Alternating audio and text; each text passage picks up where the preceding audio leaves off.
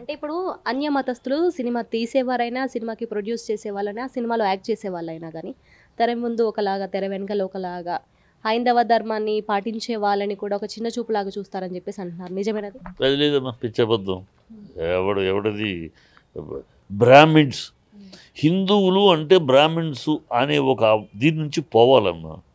హిందువులు అనగానే ఈ బ్రాహ్మిన్స్ అనే దానికి ఒక ఆనవాయితీ అయిపోయింది. హిందూ అంటే జంజం వేసుకున్నాడే హిందూ, పిలక పెట్టుకున్నాడే హిందూ. హిందూ అంటే పిలక పెట్టుకోవాలి, జంజం వేసుకోవాలి, లేకపోతే వాడు హిందువా అనుమానం.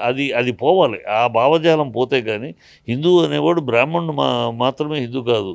బ్రాహ్మణుడు వన్ ఆఫ్ ది హిందువులో ఒక భాగం అతను, అంతే. అనేక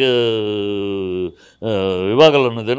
అతను ఒక బ్రాహ్మణుడు అనేవాడు ఒక భాగం. అసలు హిందూ అంటే బ్రాహ్మణుడు అనే ఒక అపోహలో ఉంది. ఈ అపోహ తొలగినప్పుడే ఇవన్నీ పోతాయి.